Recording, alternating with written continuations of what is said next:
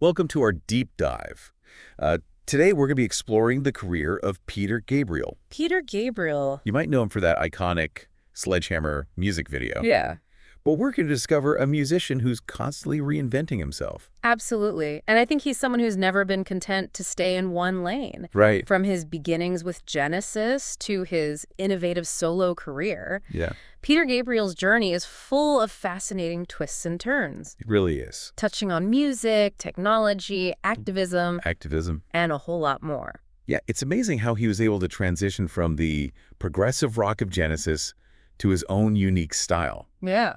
For those who might need a refresher, Yeah. Genesis in their early days were known for these incredibly complex compositions and theatrical live shows. Oh, yeah, very theatrical. Gabriel was their frontman, bringing this larger-than-life presence to the stage. He didn't just sing the songs, he embodied them. Oh, The wow. costumes, the theatrical elements, it was Right. all part of creating a complete artistic experience. Right. But by 1975, he decided to leave Genesis and set out on his own. It makes you wonder, what was it about going solo that allowed him to explore these new creative avenues? I think it gave him the freedom to really delve into his own musical ideas and influences.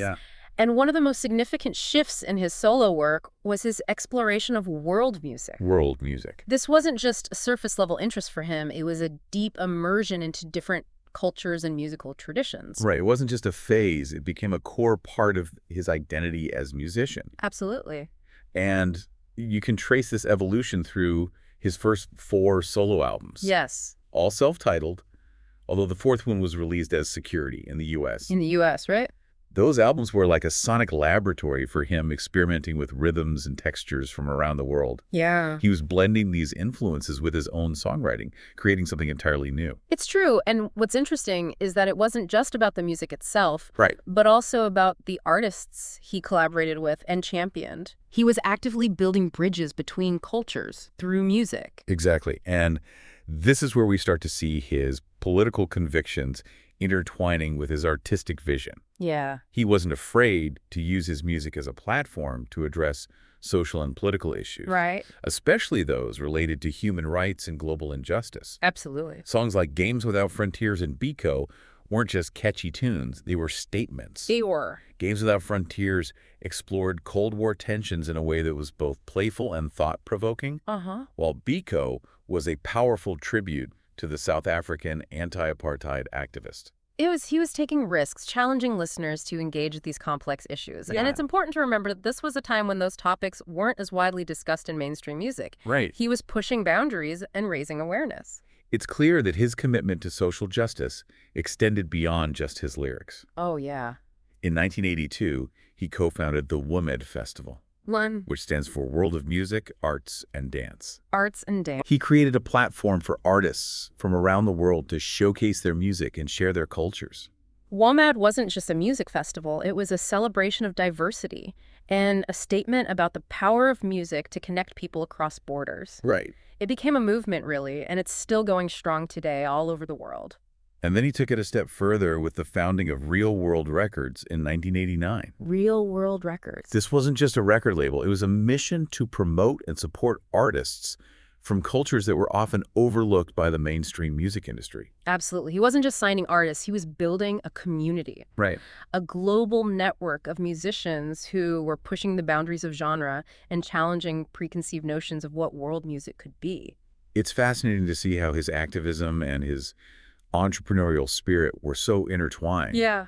He wasn't content with just speaking about these issues. He was actively creating solutions, building platforms to amplify the voices of those who were often marginalized. And it's important to note that he did this while also achieving significant commercial success. Oh, yeah. His 1986 album, So, was a major turning point in his career, Go. blending his personal themes with world music influences in a way that resonated with a huge audience. So it wasn't just a successful album. It was a cultural phenomenon. It was. It reached #1 in the UK and #2 in the US. Uh-huh. And it spawned hit singles like Sledgehammer, Big Time, Yeah. and In Your Eyes. Yeah.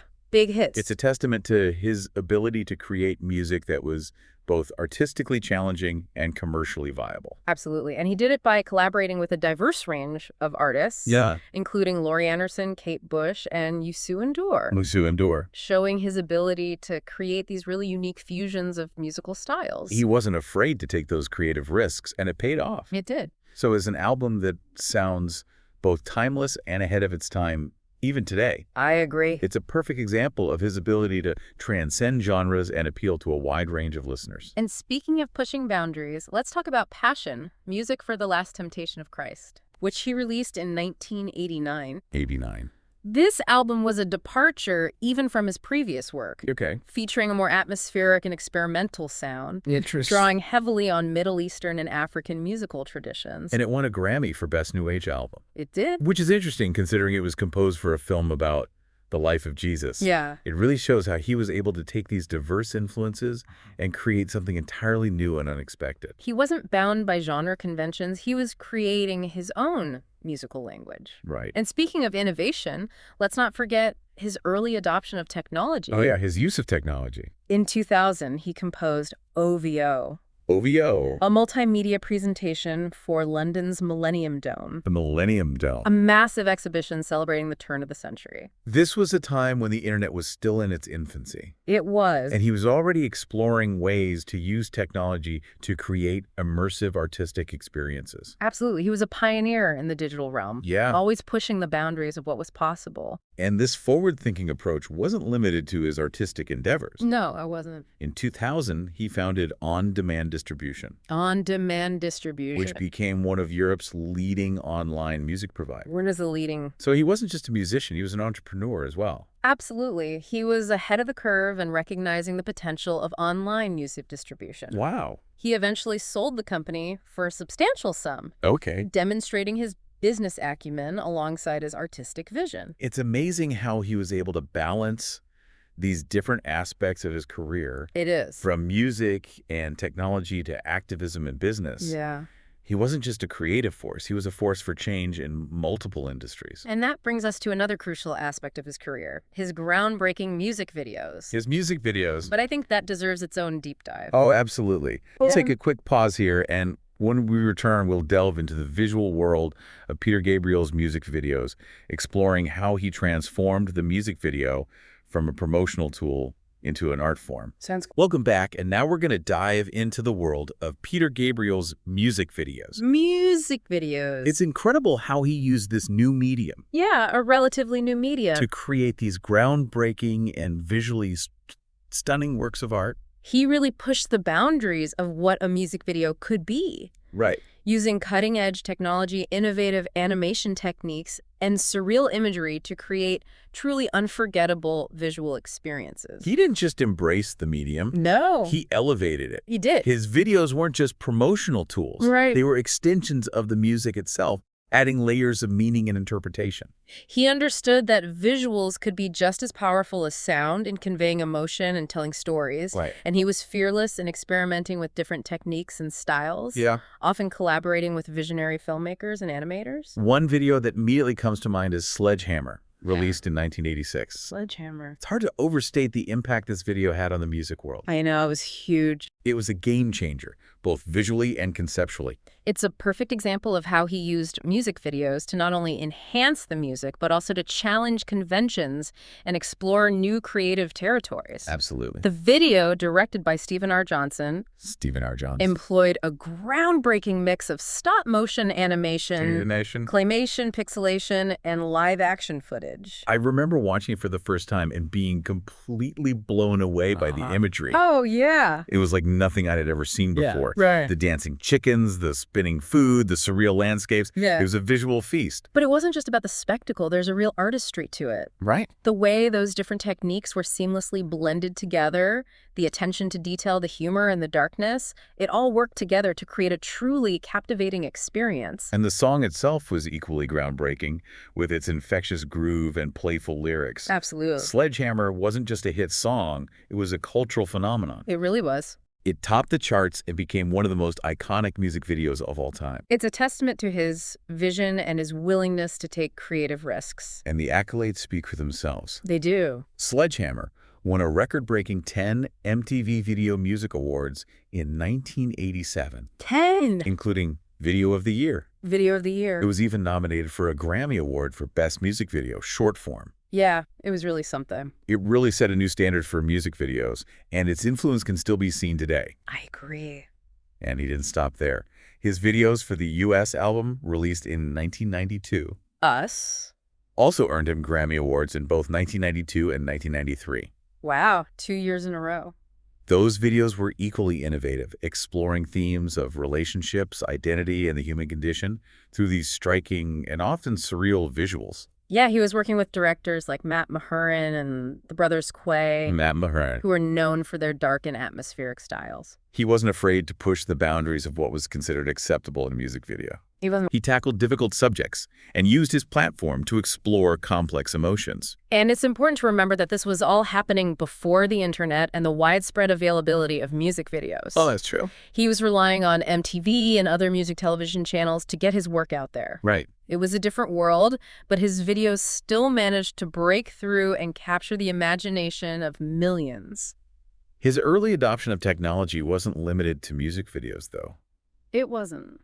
In 1994, he released Explora One, one of the first multimedia CD-ROMs created by a mainstream artist. Explora One. Wow, that's a throwback. This was a time when CD-ROMs were still a relatively new technology. They were brand new. And he was already exploring their potential for creating interactive artistic experiences. He was ahead of his time. Explora One offered fans a completely new way to engage with his music, featuring videos, interviews, behind-the-scenes footage, and even interactive games. Really a pioneer. It was a precursor to the interactive digital experiences that are so common today. From artist websites and social media platforms to virtual reality concerts and augmented reality apps.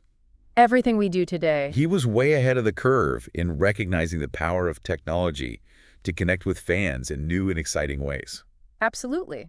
It's a testament to his constant curiosity and his desire to push the boundaries of what's possible. Right. He wasn't content with just making music. He wanted to create experiences that would engage people on multiple levels. And this brings us to his later works and the remarkable recognition he received throughout his career. Okay.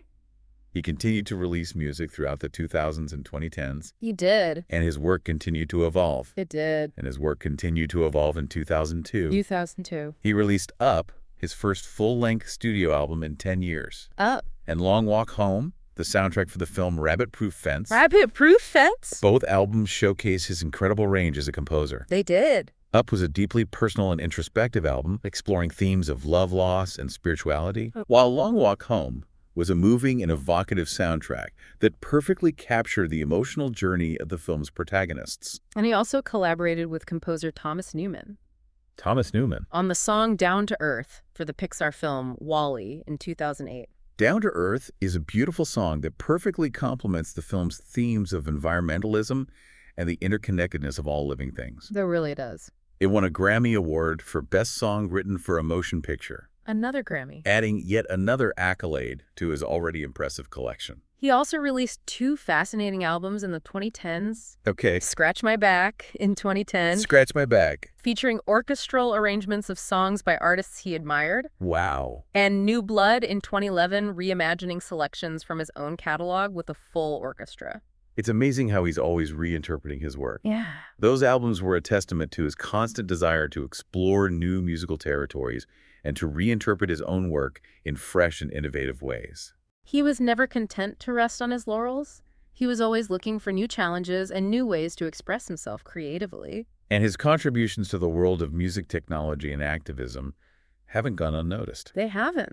In 2008, he received Amnesty International's Ambassador of Conscience Award, recognizing his decades of work supporting human rights and social justice. Yeah, all a very well-deserved honor. It was a well-deserved honor, acknowledging his unwavering commitment to using his platform to advocate for positive change in the world. And the following year, in 2009, she received the Polar Music Prize. The Polar Music Prize. Often referred to as the Nobel Prize of Music. Wow. The Royal Swedish Academy of Music, which awards the prize, praised him for redefining the very concept of popular music. That's incredible. It's one of the highest honors a musician can receive, Yeah. recognizing a lifetime of achievement and exceptional contributions to the art form.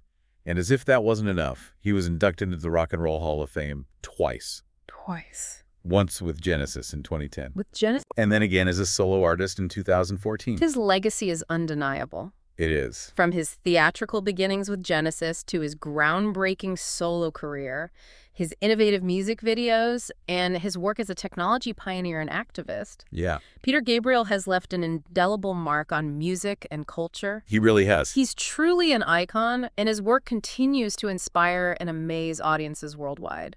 It's been an incredible journey, tracing his career from those early days with Genesis to his evolution as a solo artist, his groundbreaking work in music videos, and his ventures into technology and activism. Long journey. He's a true visionary, and his impact on the music industry and beyond is immeasurable. But I think what's most remarkable about Peter Gabriel is his ability to constantly reinvent himself while staying true to his artistic vision. I think you're right. He never stopped experimenting, never stopped learning, and never stopped challenging himself and his audience. He's a reminder that creativity knows no bounds, and that the pursuit of artistic excellence is a lifelong journey. I agree. But before we wrap up this deep dive, Okay. let's take a moment to reflect on what we've learned. Okay. What stands out to you the most about Peter Gabriel's career? Is it his musical innovation, his visual artistry, his social activism, or something else entirely? Well, I think for me, it's that incredible combination of artistry, activism, and innovation. Yeah. He's not just a musician or a performer. He's a true Renaissance man, using his creativity to make a difference in the world. He really is. Yeah. And his career really highlights the power of music to transcend boundaries, to connect people, and to inspire change. Absolutely. So as we conclude our deep dive into the world of Peter Gabriel, we encourage you to explore his music, his videos, his activism, and his technological ventures. Go explore. And discover your own insights into this remarkable artist. Thanks for joining us on this deep dive. See you next time.